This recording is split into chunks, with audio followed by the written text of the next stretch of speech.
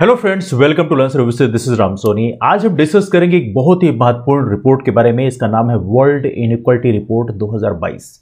बिल्कुल नई रिपोर्ट है और इससे बहुत सारी चीजें रिवील की गई हैं पूरी दुनिया के बारे में, लेकिन साथ में इंडिया के बारे में बहुत सारी चीजें बताई गई हैं। भारत में बहुत ज़्यादा गरीबी है और साथ में असमानता भी है। असमानता एक सबसे महत्वपूर्ण कंसर्न है जो भारत में काफ़ी तेजी से बढ़ती जा रही है। यदि हम बात करें, भारत में अमीरों की संख्या जो है वो कम है, लेकिन अमीरी बहुत ज़्यादा है। टॉप 10% की बात करें तो इस समय भारत में 57% जो वेल्थ है वो उनके पास में है, जो अपने आप में एक बड़ा कंसर्न है कि जो अमीर है वो बहुत ज़्यादा अमीर है और गरीब बेहद गरीब है। इस डिटेल में डिस्कस करेंगे इस रिपोर्ट के बारे में, साथ में जानेंगे इस रिपोर्ट को पब्लिश कौन करता है। Will talk about everything one by one. Start करने के पहले आप लोग बोलूंगा, लर्न सर्विसेज नाम का टेलीग्राम ग्रुप आप ज्वाइन कर सकते हैं। वहां पे क्लासेस की इन्फॉर्मेशन शेयर की आती है, तो उसके माध्यम से जुड़ सकते हैं। यहाँ पे उसका पीडीएफ भी शेयर किया आता है।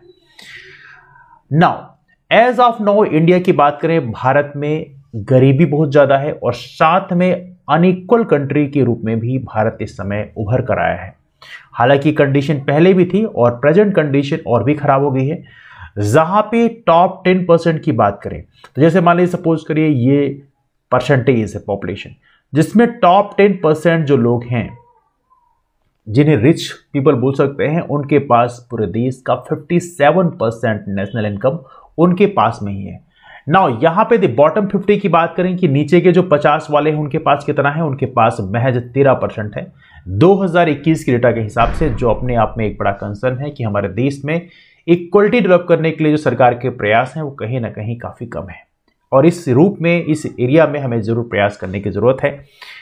नाउ रिपोर्ट की बात करें, रिपोर्ट को कौन ऑथर करता है? इसको ऑथर करता है economist and co director of the world inequality lab Lucas Chancel, along with economist Thomas Piketty. Thomas Piketty का नाम आपने खूब सुना होगा, he is well known economist. बहुत सारे एग्जाम्स में इनके बारे में पूछा भी गया है। इमैनुअल सेज हैं और गैब्रियल जुकमैन हैं। इन्होंने बेसिकली इस रिपोर्ट को ऑथर किया है, वर्ल्ड इनइक्वालिटी लैब, इसका नाम आप लोग याद रखेंगे।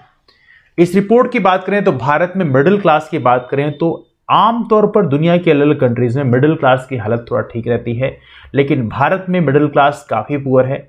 यदि एवरेज वेल्थ की बात करें, उसकी एवरेज वेल्थ है 7,23,930 रुपए। मतलब आप कह सकते हैं 29.5% टोटल नेशनल इनकम जो है ये है।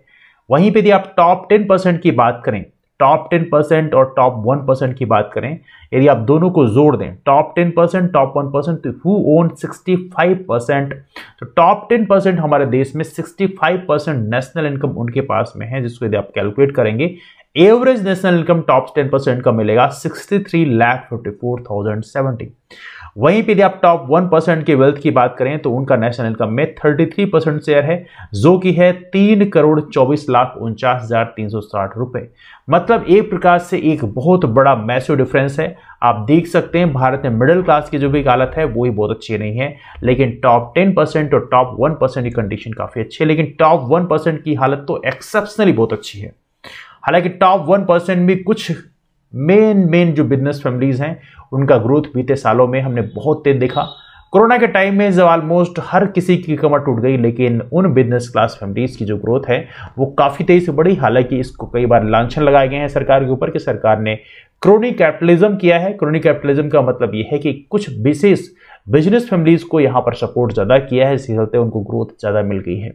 Anyway, that's different point. Average annual national income की बात करें, इंडियन एडल्ट पॉपुलेशन है ना, युवा वर्ग की बात करें तो ये है 2,04,200 2021 में। बॉटम 50% की यदि हम बात करें तो बॉटम 50% की जो अर्निंग है वो है 53,610। मतलब ये यदि ब्रैकेट है, मान लीजिए सपोज करिए, तो यहां पे जो बॉटम 50% जो पॉपुलेशन है, मतलब जो गरीबों में आता है, उसका है 53,610 और ये अर्निंग एक महीने की नहीं है, ये पूरे साल भर की है। वाइल टॉप 10% की बात करें, इनकी अर्निंग कितनी रही है, इसका 20 गुना है, मतलब इतना रहा है 11,66,520। यह टॉप 10% की है। तो इस प्रकार से आप समझ सकते हैं एवरेज एनुअल नेशनल इनकम में एक बहुत बड़ा डिफरेंस है। इवनली एडल्ट पॉपुलेशन की भी कंडीशन बहुत अच्छी नहीं है। Average house hold wealth India की बात करें तो यहां बोला गया है 9,83,010 है, with the bottom 50% owning almost nothing. Bottom 50% की हालत बहुत कम है। यदि आप हाउस होल्ड वेल्थ की बात करें, हाउस होल्ड मतलब जो घरेलू है, इसकी यदि हम बात करें तो एवरेज वेल्थ है बॉटम 50% की केवल 6%, मतलब कितना है 66,280 रुपए। तो हमारे देश में जो एडल्ट पॉपुलेशन है, युवा वर्ग की हालत तो खराब है, साथ में जो हाउस होल्ड है उसका भी हालत खराब है। मतलब आप कह सकते हैं कि हमारे देश में एक बहुत बड़ा ओवरहॉल चेंज करने की जरूरत है।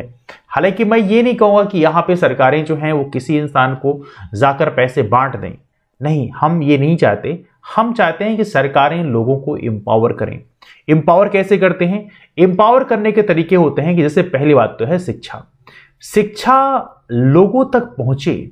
हमारे देश में शिक्षा की यदि हम बात करें, एजुकेशन की बात करें, तो लोगों तक पहुंच ही नहीं पाती। आप यदि गांव में चले जाएं, किसी भी राज्य में गांव में यदि चले जाएं, तो आप देखेंगे गांव में हायर सेकेंडरी स्कूल ही नहीं मिलती। कई सारे गांव ऐसे हैं जहां पे बच्चों को हायर सेकेंडरी स्कूल में पढ़ने के लिए 30-30, 35-35 किलोमीटर जाना पड़ता है। और इवनली मध्य प्रदेश, जो अपने आप को थोड़ा ठीक स्टेट घोषित करता है, इवनली ये हालत मध्य प्रदेश की है। तो जो पिछड़े राज्य हैं उनकी हालत क्या होगी आप सोच भी नहीं सकते। हमारे राज्य में कई सारे ऐसे गांव हैं जहां पर 30-30, 25-25, 30-30 किलोमीटर की डिस्टेंस पे एक भी डॉक्टर उपलब्ध नहीं है। ऐसी कंडीशन पे जो हेल्थ फैसिलिटी है वो अपने आप बहुत खराब है। ऐसी कंडीशन में जिस कंडीशन में ना तो हेल्थ है सामने वाले के पास, ना तो एजुकेशन है, उस कंडीशन में कोई इंसान एक विजनरी एटीट्यूड कैसे अपने अंदर पैदा कर सकता है, ये भी अपने आप में कंसर्न है। तो यहां पे सरकारों को मुफ्त में पैसे बांटने की बजाय लोगों को एम्पावर करने की जरूरत है। और लेकिन हम कई बार देखते हैं कि सरकारें प्रोपेगेंडा क्रिएट करके लोगों को पैसे बांट देती हैं, जिसके चलते उन्हें वोट तो मिल जाते हैं लेकिन लोग एम्पावर नहीं बनते। हम भिखारी नहीं बनाना चाहते अपने देश के लोगों को। हम चाहते हैं कि हमारे देश के लोग एम्पावर बने, सशक्त बने, समझदार बने और इसके चलते उनके अंदर एक विजन पैदा हो। इसके बारे में आपकी क्या राय है आप नीचे कमेंट करके जरूर बता सकते हैं। अब यहां पे शेयर की बात करें, टॉप 10% की बात करें और बॉटम 50% की बात करें, तो प्री टैक्स नेशनल इनकम की बात करें तो यहां पर भी बहुत बड़ा डिफरेंस है। 2014 से लेकर ये डिफरेंस जो है लगातार बना हुआ है और बढ़ता जा रहा है। और प्रेजेंटली यदि आप देखें तो ये गैप और ही बढ़ता जा रहा है 2014 से। 2014 इसलिए कह रहा हूं मैं क्योंकि 2014 से ही रिपोर्ट को डिस्कस किया गया है, स्टडी किया गया है, क्योंकि यहां पे गवर्नमेंट का क्लेम रहता है कि नहीं हमने बहुत अच्छा काम किया है। तो बेसिकली काम अच्छा कहने से खुद से नहीं होता, जो रिपोर्ट्स हैं वो बिल्कुुल अदरवाइज देती हैं। हालांकि गवर्नमेंट ने बहुत सारे डाटा जो है कई बार मैनिपुलेट करके लोगों को दिखाने की कोशिश की है, साम दाम दंड भेद, some time they are using such kind of things, लेकिन ये चीजें जो हैं एक लिमिट से बाहर काम नहीं करती हैं। तो कहीं ना कहीं एक कंसर्न अपने आप में क्रिएट करता है कि गवर्नमेंट को यहां पर एक कंक्रीट स्टेप लेना पड़ेगा। भारत की बात करें, क्वालिटी ऑफ इनइक्वालिटी की बात करें तो जो डेटा गवर्नमेंट रिलीज करती है तो वो भी कई बार सीरियसली डिटेरिएटेड है। ये भी अपने आप में एक कंसर्न है। तो आप इसको समझ सकते हैं कि हमें गवर्नमेंट को अकाउंटेबल रखना पड़ेगा। देखिए हमारे देश में एजुकेशन खराब होने की कई सारे रीजन है। वैसे एक तो रीजन मैं यही मानता हूं कि एजुकेशन, देखिए ऐसा नहीं गवर्नमेंट स्कूल, हालांकि गवर्नमेंट स्कूलों का कंट्रीब्यूशन हम मानते हैं कि बहुत जरूर ज्यादा होना चाहिए, लेकिन गवर्नमेंट स्कूलों के टीचर्स को अक्सर लोग बोलते हैं कि ऐसे हैं वैसे हैं, बट बेसिकली गवर्नमेंट स्कूल में जो टीचर बन के जाते हैं वो एक बड़े एग्जाम को क्वालिफाई करके जाते हैं। बहुत सारे प्राइवेट स्कूल के टीचर बेसिकली गवर्नमेंट स्कूल का टीचर बनना चाहते हैं but they don't qualify for it. वो क्वालिफाई नहीं कर पाते तो गवर्नमेंट स्कूल के टीचर कैसे बनेंगे? तो यहां पे ये कहना गलत बात होगी गवर्नमेंट स्कूल के टीचर कैपेबल नहीं। गवर्नमेंट स्कूल के टीचर काफी इंटेलिजेंट होते हैं, उनके पास काफी नॉलेज होता है, वो चाहें तो बच्चों को बहुत अच्छा एजुकेशन और तालीम दे सकते हैं। लेकिन प्रॉब्लम क्या होती है, वहां अकाउंटेबिलिटी नहीं होती। अकाउंटेबिलिटी क्यों नहीं होती? क्योंकि प्राइवेट स्कूल में जो बच्चे पढ़ते हैं वो आमतौर पर बड़े अमीर घर के बच्चे पढ़ते हैं। जैसे वहां, जैसे मान लीजिए किसी डिस्ट्रिक्ट की जो सबसे अच्छी प्राइवेट स्कूल होगी, वहां पे जो वहां के डीएम साहब होंगे, वहां के एसडीएम साहब होंगे, कमिश्नर साहब होंगे, उन सभी के बच्चे उस स्कूल में पढ़ रहे होंगे। तो वहां पे टीचर्स के ऊपर ही प्रेशर रहता है, स्कूल के प्रशासन के ऊपर ही प्रेशर रहता है कि उन्हें बड़ी अच्छी एजुकेशन देनी है। लेकिन वहीं पे गवर्नमेंट स्कूल की बात करें तो गवर्नमेंट स्कूल में कौन से बच्चे पढ़ रहे होते हैं? जो हमारे समाज का जो सबसे गरीब तबका है। जब वो कभी अकाउंटेबल करने की बात करता है टीचर को, तो टीचर उनको झड़प देते हैं। मैं ये नहीं कहता हूं कि जो सरकारी ऑफिसर्स हैं, वो जो बड़े बड़े ऑफिसर्स हैं, वो अपने बच्चों को सारे लोग गवर्नमेंट स्कूल में रख दें और एक कंपल्सरी कर दिया जाए। ये तो मैं नहीं कहूंगा, चूंकि बोलेंगे कि ये तो हमारे अधिकारों का उल्लंघन है। लेकिन यदि हम असल में देखें, एथिकली यदि हम देखें, तो यदि ये ऑफिसर्स अपने बच्चों को गवर्नमेंट स्कूल में रखेंगे तो आई एम श्योर कि यहां पे अकाउंटेबिलिटी बढ़ेगी और वहां पे एजुकेशन का स्तर भी काफी इजाफा मिलेगा। एनीवे, ये तो अलग पॉइंट है। मल्टी डायमेंशनल पॉवर्टी इंडेक्स की बात करें, जो कि मल्टी डायमेंशनल पॉवर्टी इंडेक्स जो है नीति आयोग जारी करता है, आई एम श्योर आपको पता होगा। 1 in every 4 people in India was multi dimensionally poor. Multi dimensionally देखें तो 4 में से 1 आदमी गरीब है, और नीति आयोग की रिपोर्ट के हिसाब से बोलता है। नीति आयोग हमारे देश की एक नॉन कॉन्स्टिट्यूशनल बॉडी है। आई एम श्योर आपको पता होगा, इसके चेयरमैन खुद प्रधानमंत्री होते हैं। बिहार की बात करें, यहां पर हाईएस्ट प्रोपोर्शन ऑफ पीपल 51.91% जो है ये स्टेट की आबादी का आधे से अधिक आबादी जो है वो मल्टी डायमेंशनली पुअर बताया गया है। झारखंड की बात करें, यहां पे 42.16% लोग मल्टी डायमेंशनली पुअर बताए गए हैं। उत्तर प्रदेश की हालत भी काफी खराब है, 37.79। आप देख सकते हैं यहां पर ऐसे राज्यों की हालत काफी खराब है, and they need to take the concrete steps. Inequality report की बात करें तो ग्लोबल इनइक्वालिटीज भी यहां पर एज ऑफ नाउ काफी ज्यादा है। और देखें तो जो वेस्टर्न इंपीरियलिज्म का जो टाइम था, आपको पता होना चाहिए, जो साम्राज्यवाद का टाइम था, आपको याद होगा उस समय जब अंग्रेजों ने पूरे दुनिया भर में कब्जा कर रखा था, उस समय जैसे ही कंडीशन खराब है। हालांकि एक नए लेवल का इंपीरियलिज्म चल रहा है इस समय तो लोग एक रिच क्लास ही बन गया है। रिच क्लास जो है उसका काम ही होता है कि लोगों को जितना आप लूट सकें, खसोट सकें, उतना कर सकें। This is how it works.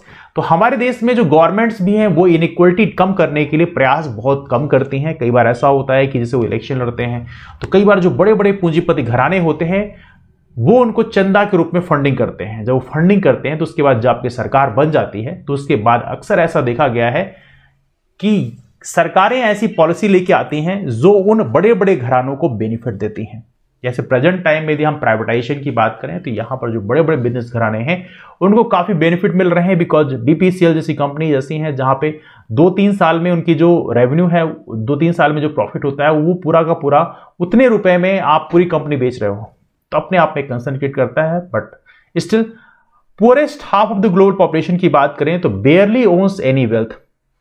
दुनिया का 50% से अधिक आबादी जो है वो मतलब बहुत ही कम वेल्थ रखता है। यदि हम पूरी दुनिया का देखें तो केवल 2% टोटल वेल्थ उनके पास में है, जबकि टॉप 10 रिचेस्ट पीपल जो हैं यदि उनकी बात करें तो उनके पास 76% वेल्थ है। ये पूरी दुनिया का डेटा है।